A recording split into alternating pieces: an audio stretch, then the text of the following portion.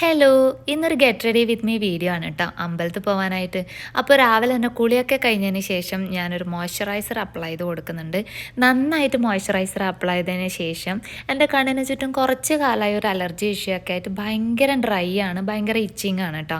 അപ്പോൾ ആ ഒരു ഡ്രൈനെസ് ഒന്നുകൂടെ കുറക്കാനായിട്ട് ആ ഒരു മോയ്സ്ചറൈസർ ഒന്നും കൂടെ സീൽ ചെയ്ത് വെക്കാനായിട്ട് ഞാൻ വാസ്ലിൻ അപ്ലൈ ചെയ്യുന്നുണ്ട്. പിന്നെ ചുണ്ടിൽ ലിപ് ബാം അപ്ലൈ ചെയ്യുന്നുണ്ട്. വാസ്ലിൻ്റെ തന്നെ ലിപ് ബാമാണ് അപ്ലൈ ചെയ്ത് കൊടുക്കുന്നത്. നന്നായിട്ട് അപ്ലൈ ചെയ്ത് കൊടുക്കുക. അതിനുശേഷം നമ്മൾ വെയിലത്താണല്ലോ പോകുന്നത്, അപ്പോൾ ഈ ഒരു സമ്മറിൽ സൺസ്ക്രീൻ മസ്റ്റായിട്ട് അപ്ലൈ ചെയ്യുക. അപ്പോൾ ഞാനൊരു നല്ലൊരു എമൗണ്ട് സൺസ്ക്രീൻ എടുത്ത് എൻ്റെ മുഖത്തും കഴുത്തിലും ഒക്കെ അപ്ലൈ ചെയ്ത് കൊടുക്കുന്നുണ്ട്.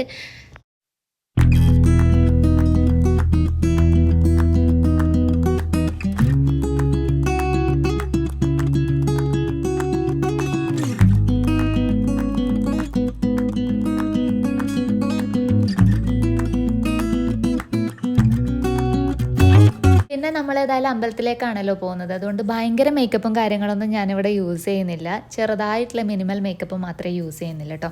ഫൗണ്ടേഷനോ കൺസീലറോ ഒന്നും യൂസ് ചെയ്യുന്നില്ല. അതിനൊക്കെ പകരമായിട്ട് ഞാനൊരു BB ക്രീമാണ് യൂസ് ചെയ്യുന്നത്.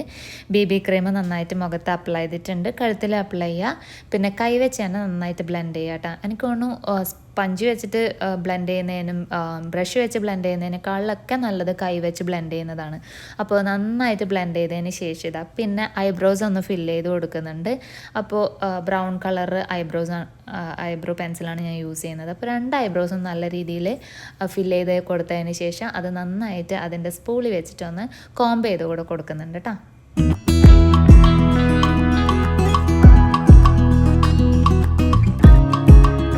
പിന്നെ ഞാനിടുന്നത് ഒരു ന്യൂഡ് ലിപ്സ്റ്റിക്കാണ്. ഷാർലറ്റ് ടിൽബറിൻ്റെ ലിപ്സ്റ്റിക്കാണ് യൂസ് ചെയ്യുന്നത്. അപ്പോൾ ലിപ്സ്റ്റിക്കും നന്നായിട്ടൊന്ന് അപ്ലൈ ചെയ്ത് കൊടുക്കുന്നുണ്ട്.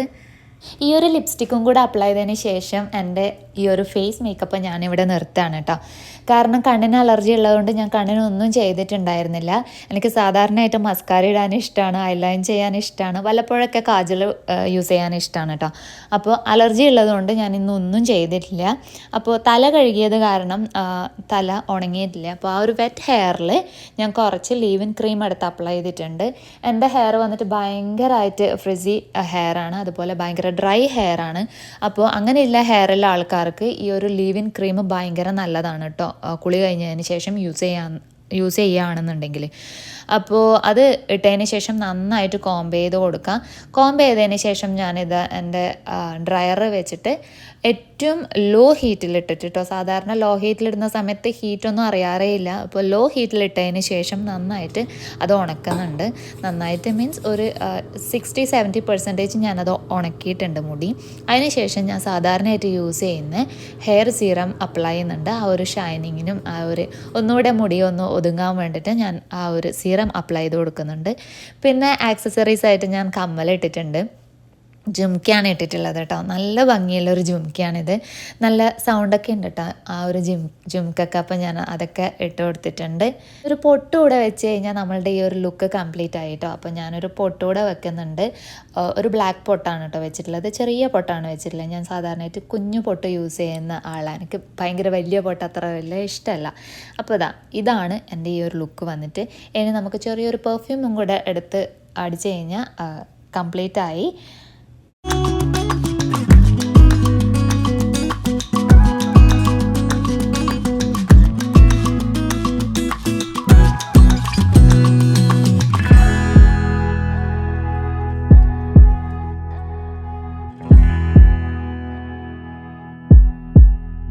അപ്പോൾ ഇതാണ് എൻ്റെ ഒരു ഫൈനൽ ലുക്ക് വന്നിട്ട്. ഇതാണ് പുറത്തുള്ള വെളിച്ചത്തിൽ കാണുമ്പോഴുള്ള ഒരു ലുക്ക് കേട്ടോ.